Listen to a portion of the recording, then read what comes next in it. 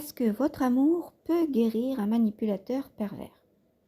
Alors, j'entends très souvent cela et je voudrais y répondre très rapidement. Déjà, il y a quelque chose de faux dans cette expression vouloir guérir un manipulateur pervers. Parce qu'un manipulateur pervers n'est pas malade.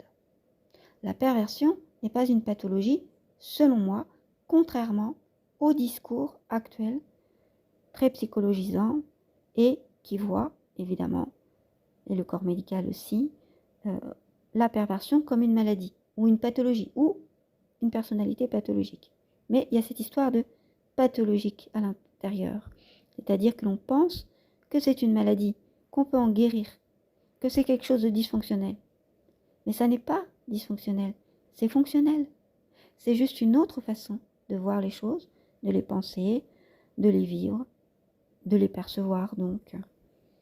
Et puis il y a tout un tas de valeurs qui sont accolées à cette perversion narcissique, qui sont des anti-valeurs, qui sont les valeurs en fait des pervers, qui sont pour nous, qui ne sommes pas pervers, des anti-valeurs.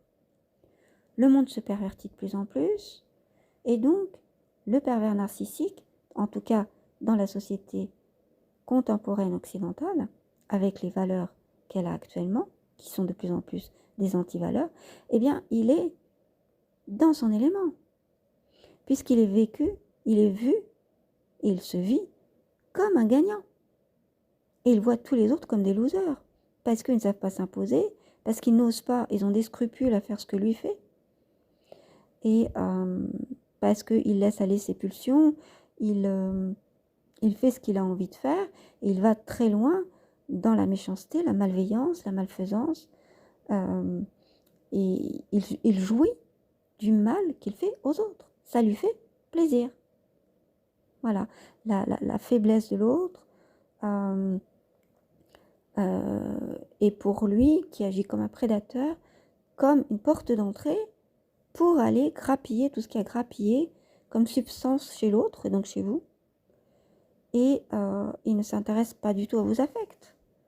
Ce sont, selon lui, uniquement des leviers, ça représente des leviers pour vous manipuler et pour arriver à vous soutirer votre substance, c'est-à-dire tout ce qui fait votre être, tout ce qui fait votre intégrité, votre dignité, votre personnalité, votre particularité, ce qui fait que vous êtes différent des autres, vos talents. Et il voudrait soutirer tout ça pour que vous n'ayez plus confiance en vous, ou alors pour se les attribuer, et puis pouvoir se voir confirmé dans sa toute-puissance, quoi. Il se croit tout-puissant, et il voudrait être tout-puissant. Et donc chaque jour est un combat, et il combat de cette manière.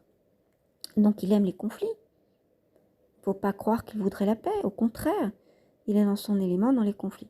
Donc vous voyez que la société, en fait, le montre comme la quintessence de l'être humain moderne, qui a tout compris dans la société, avec les valeurs qui sont maintenant des contre-valeurs, c'est-à-dire les valeurs comme vouloir écraser l'autre, c'est se montrer fort, c'est se montrer ferme, c'est s'imposer, savoir se vendre.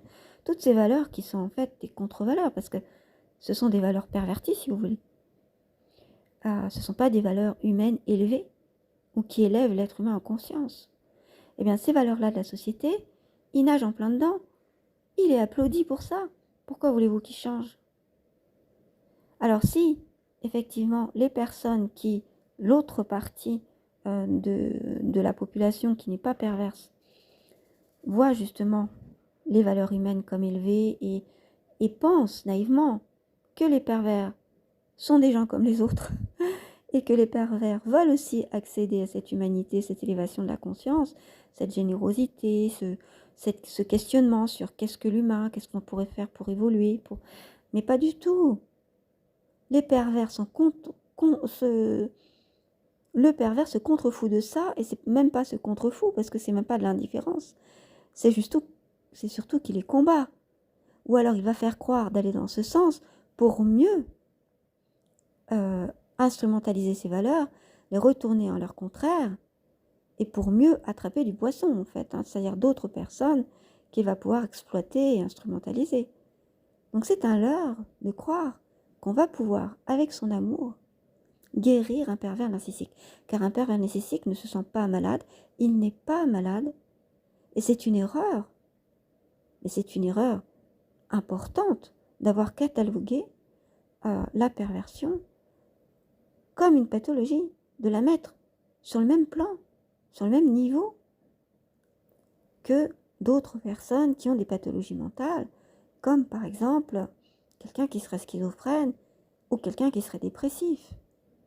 C'est complètement différent parce que vous avez toutes les autres personnes qui ont effectivement des choses que l'on pourrait catégoriser comme pathologie mentale, mais qui en réalité sont du côté de l'humanité, dont le but effectivement de s'élever en conscience, dont le but des rencontres, des contacts avec les autres humains est vraiment le partage, la compréhension de l'autre, et donc apprendre en évoluant. Donc, comment voulez-vous que vous puissiez guérir quelqu'un qui n'est pas malade déjà, qui se joue de vous, qui va tout faire pour vous détrousser toutes de vos ressources, de votre substance, de ce que vous êtes. C'est-à-dire que vous allez penser naïvement vouloir le guérir, vous allez rentrer dans son jeu une fois de plus, et il va se jouer de vous comme il va se jouer des psychologues et des médecins. Si par exemple, il y a une obligation de soins et qu'ils promettent se soigner, mais c'est complètement faux, bien sûr. Voilà. Donc le nœud du problème, c'est que le corps médical range la perversion dans les pathologies. Et qu'après, effectivement, vous qui faites confiance au corps médical, qui faites confiance aux psychologues, aux psychanalystes, etc., toute la sphère psy, qui est arrangée d'une même voie, la perversion dans la pathologie, comme si c'était une maladie, ou une pathologie, ou un dysfonctionnement, eh bien c'est à cause de ça que vous pensez que vous pouvez guérir ces personnes par amour. Ces personnes sont votre ennemi. Elles ne veulent pas vous aimer, elles veulent vous détruire, vous manger, prendre ce qu'il y a à prendre chez vous, et vous conserver comme esclave ou comme proie. C'est-à-dire une fois que vous aurez, à chaque fois que vous aurez été anéanti, que vous aurez récupéré votre énergie, eh ben, elle va en profiter pour de nouveau vous écraser. Donc, aucun pervers ne veut votre bonheur, aucun pervers ne veut même de votre amour. C'est dégoûtant pour eux, l'amour. C'est quelque chose de faible, de dégoulinant, voilà. Ressentent vraiment du dégoût pour ça, et puis même, ça les fait rigoler, quoi. Qu'il y ait des gens qui croient en l'amour, parce qu'ils n'y croient pas, évidemment. Ce qu'ils pensent, c'est que la relation, le type de rapport entre les personnes, c'est pas l'amour. C'est au contraire le conflit, la guéguerre pour être, en rivalité les uns avec les autres. Et donc, c'est un combat pour la toute-puissance. Il ne peut pas y avoir de dialogue, tout ça n'existe pas pour eux. Voilà. Donc, on se fourvoie quand on pense qu'on peut guérir un manipulateur pervers par amour. Ou de toute autre manière, d'ailleurs, vous l'avez bien compris.